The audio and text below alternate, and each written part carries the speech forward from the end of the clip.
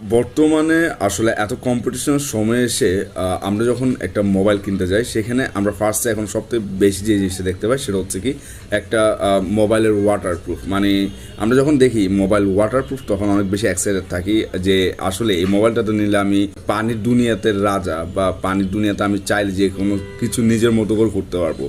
তো এই ক্ষেত্রে আমি একটা বিষয় আপনাদেরকে সতর্ক করতে আসলাম, সেটা হচ্ছে কি যখন আপনি দেখতে পাচ্ছেন যে IP68, এই ক্ষেত্রে এত বেশি এক্সাইটেড হওয়ার কিছু নেই। মোবাইলের ক্ষেত্রে দুটি বিষয় আছে, একটা হচ্ছে মোবাইল ওয়াটারপ্রুফ আর একটা হচ্ছে ওয়াটার রেসিস্ট্যান্ট।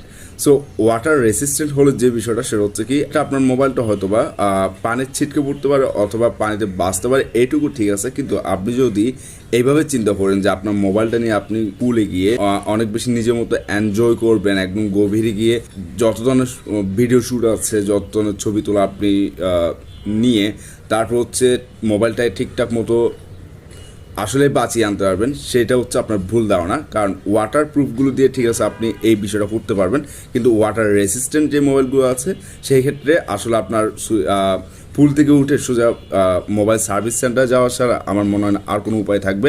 এবং সেখানে গিয়ে আপনার একটা প্রশ্নই থাকবে যে আমার মোবাইল এত পানি খাইলো কেমনে।